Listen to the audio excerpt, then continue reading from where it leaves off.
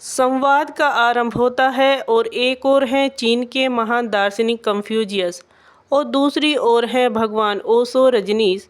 संवाद का आरंभ होता है और कन्फ्यूशियस कहते हैं, अगर मुझे अपने अनुभव की सबसे गहरी बात कहनी हो तो मैं यही कहूँगा कि जीवन को संभालने के लिए अनुशासन जरूरी है।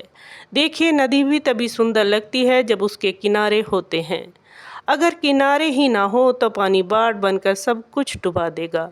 ऐसे ही अगर इंसान की इच्छाएं बिना किसी सीमा के चलें तो समाज का संतुलन टूट जाएगा। मैंने अपने जीवन में देखा है, परिवार हो, रिश्ते हों या समाज, सब में सामंजस्य तभी रहता है जब लोग कुछ नियमों का पालन करते हैं। परंपराएं, रीति रिवाज, संस्कार ये बोझ नहीं हैं, बल्कि हमारी जड़ों की तरह हैं जो हमें स्थिर रखते हैं। आप सोचिए, अगर हर व्यक्ति केवल अपनी मर्जी से चले तो परिवार में कैसा माहौल बनेगा। माता पिता, संतान, गुरु, शिष्य, सबके बीच में जो आदर और जिम्मेदारी है वो कैसे टिकेगी। इंसान अगर केवल स्वतंत्रता के नाम पर अपने सुख को ही देखे तो दूसरों का क्या होगा। मैं मानता हूँ कि अनुशासन हमें बांधता नहीं, हमें आकार देता है। यह हमें सिखाता है कि हम केवल अपने लिए नहीं बल्कि पूरे समाज के लिए हैं। जीवन कोई अकेली यात्रा नहीं है, यह एक सामूहिक संगीत है और संगीत तभी मधुर होता है जब हर वाद्य यंत्र अपने सुर को अनुशासन से निभाए।